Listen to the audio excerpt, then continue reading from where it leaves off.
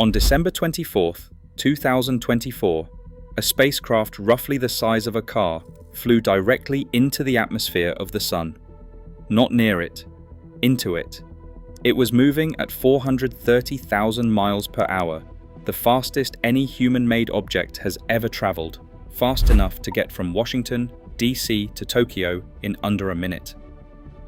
For years, engineers called this mission borderline impossible. And yet it worked. The spacecraft survived. But here is what nobody expected. It did not come back with answers. It came back with something stranger. 3 specific things about our own Sun, the star we have studied longer than any other object in the sky, that still do not make sense. Not according to old models. Not according to new ones either. This is not a story about a mystery being solved. It is a story about humanity finally getting close enough to realize how much we still do not understand. Let's talk about how you actually build something that can do this. On its closest approach, Parker Solar Probe flew just 3.8 million miles above the surface of the Sun. For comparison, Mercury, the closest planet to the Sun, never gets within 28 million miles. Parker was more than 7 times closer than that. And at 430,000 miles per hour, it was not just close. It was moving faster than anything humans have ever built. The sun-facing side of the spacecraft's heat shield was tested to withstand temperatures approaching 2,500 degrees Fahrenheit. Engineers now estimate the shield actually experiences somewhere around 1,700 degrees during closest approach. That is hot enough to melt steel. And yet, just behind that shield, the spacecraft's instruments sit at a comfortable 85 degrees, room temperature, separated from a lava-hot inferno by a few inches of carbon foam that is engineered to be almost entirely air. Here is the detail that tells you the design is actually working. Engineers cannot put a temperature sensor directly on the front of the shield. It would not survive. So instead, they monitor the layer just behind it. And across 6 close approaches, that temperature has stayed remarkably consistent. Mission Systems engineer John Wurzburger explained why that consistency matters. If the shield were cracking or weakening in any way, heat would start leaking through, and the temperatures behind it would drift upward over time. They have not. Pass after pass, the numbers hold steady. So the machine works. It survives conditions that would destroy almost anything else we have ever built. But surviving was never the actual goal. Surviving was just the price of admission. Because what Parker Solar Probe actually went there to do was look. And what it found is where things stop making sense. Here is the first thing that makes no sense, and it is the most basic property of the Sun you can imagine. Temperature. The visible surface of the Sun sits at roughly 5,500 degrees Celsius. Already an incomprehensible number. But above that surface is the corona, the Sun's outer atmosphere. And the corona does not cool down. It gets hotter. Temperatures there climb past 1 million degrees, roughly 200 times hotter than the surface directly underneath it. Think about what that actually means, because it breaks something you already understand intuitively. Stand next to a campfire, and the further away you walk, the cooler it gets. That is not a scientific theory.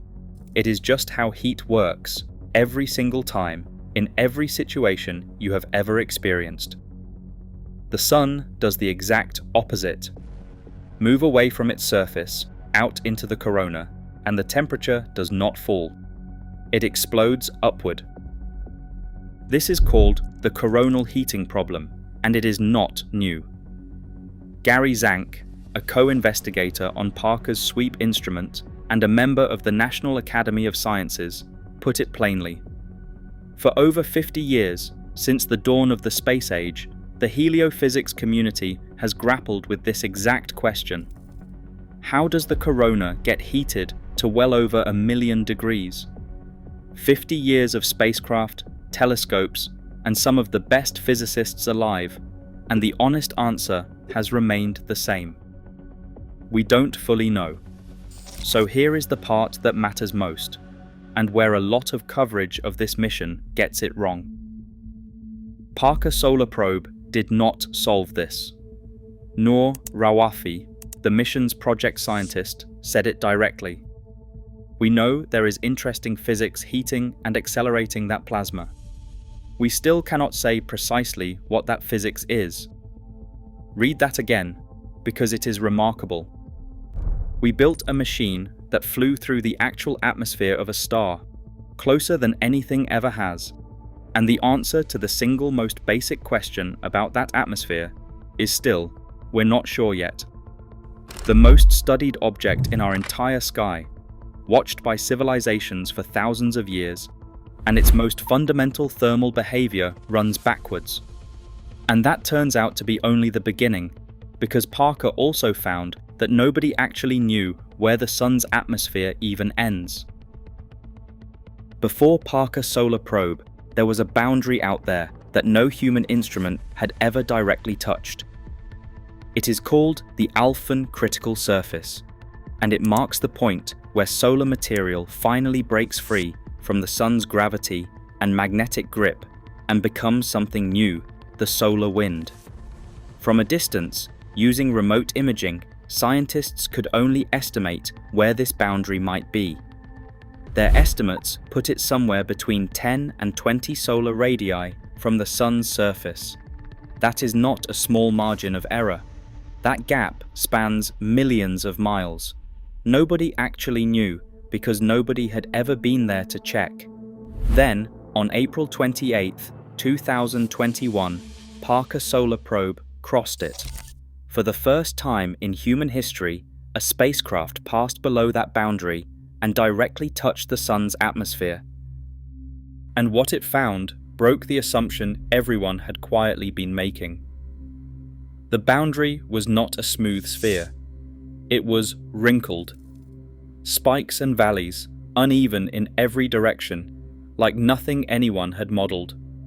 Scientists traced the single largest wrinkle back to something called a pseudostreamer, a massive magnetic structure on the sun's visible face, more than 40 degrees across. Why a structure like that would push the boundary outward is still not fully understood. Researchers have described crossing into it almost like flying into the eye of a storm. The particles slowed. The noise in the data dropped.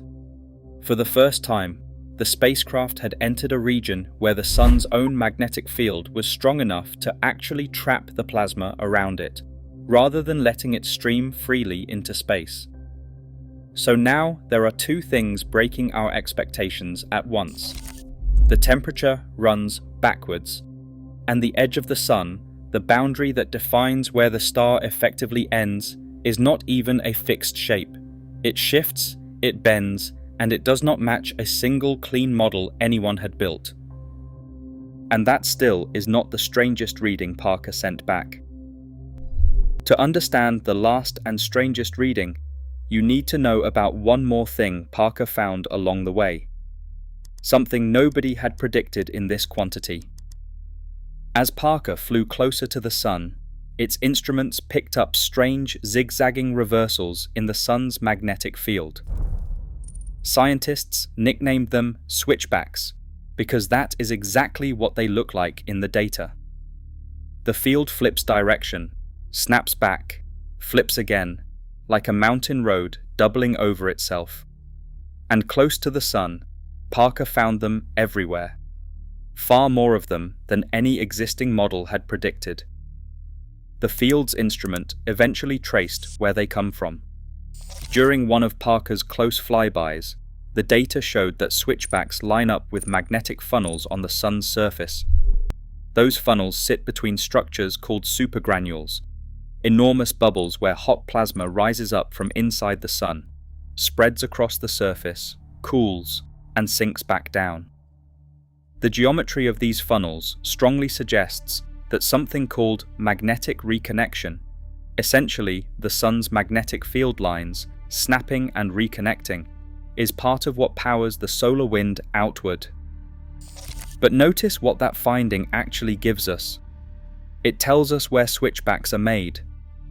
It does not tell us how they form, or why there are so many more of them than expected. Researchers are still working through that question right now. What matters here is the pattern. Switchbacks are one of the strongest suspects behind the coronal heating problem, one possible piece of the puzzle explaining why the corona runs hotter the further out you go. A clue, not a solved case. And once you put that clue together with everything else Parker found, one final reading stands out as the strangest of all. Here is the third thing, and it is the strangest one on this list. During its early passes through the corona, Parker's instruments picked up something researchers were not looking for: a measurable increase in power right at the edge of the region Parker had just crossed into. Scientists have described it as evidence of a potential power boost, one that may point to physics we do not currently understand affecting how the corona heats and loses energy. Notice the careful language there, because it matters. This is not being called a discovery. It is not being called an answer. It is a reading, a number in the data that the current models cannot fully account for. Think about what that actually means. We flew a machine through the atmosphere of a star, closer than anything ever has, and it came back with a measurement nobody can currently explain. Not a theory that got confirmed, not a mystery that got solved. A brand new anomaly, sitting inside data we are still working through. Put the three together now. A corona that gets hotter the farther you travel from the surface. A boundary that was supposed to be a smooth sphere and turned out to be wrinkled, uneven, unpredictable. And now, a spike in energy that current physics cannot explain. That is the actual result of humanity's closest approach to a star. Not a mystery closed. Three mysteries confirmed to be real, sitting right there in the data, waiting for someone to figure out what they mean. Step back for a second, because none of this is just academic curiosity. The solar wind and the energetic particles Parker is studying eventually reach Earth. They hit our magnetic field, and when they hit hard enough, they can knock out satellites, disrupt GPS, interfere with radio communication, and in extreme cases, threaten power grids that entire regions depend on. Right now, our ability to forecast these events is limited, partly because we still do not fully understand how they form at the source. Every open question Parker is chasing, the backwards heating, the wrinkled boundary, the unexplained power spike, feeds directly into better space weather prediction. And that prediction matters even more as humanity looks toward longer missions to the Moon and eventually Mars, where astronauts will not have Earth's protective magnetic field shielding them. There is also timing working in Parker's favor. It launched in 2018, near the quietest point in the Sun's 11-year activity cycle. Since then, the Sun has climbed to solar maximum, its most active phase. Parker has now sampled the Sun's atmosphere across almost the entire range of that cycle, from silent to violent, on repeated passes, each one matching its record distance and record speed. So this is not one flyby and done. It is an ongoing, continuously updating dataset from a location humanity has never previously touched. And every pass adds another piece to questions that, as we just covered, are still very much unresolved. A machine built by human hands flew into the atmosphere of a star, survived, and came home. But it did not come home with the coronal heating problem solved. It did not come home with a clean explanation for the wrinkled boundary. It did not come home able to explain that power spike. It came home with 3 confirmed mysteries about the star we depend on for everything. For thousands of years, every civilization that looked up at the sun treated it as untouchable. We reached it anyway, and what we found is that getting closer to a star does not always mean understanding it. Sometimes it just means finding out exactly how much more there is left to explain.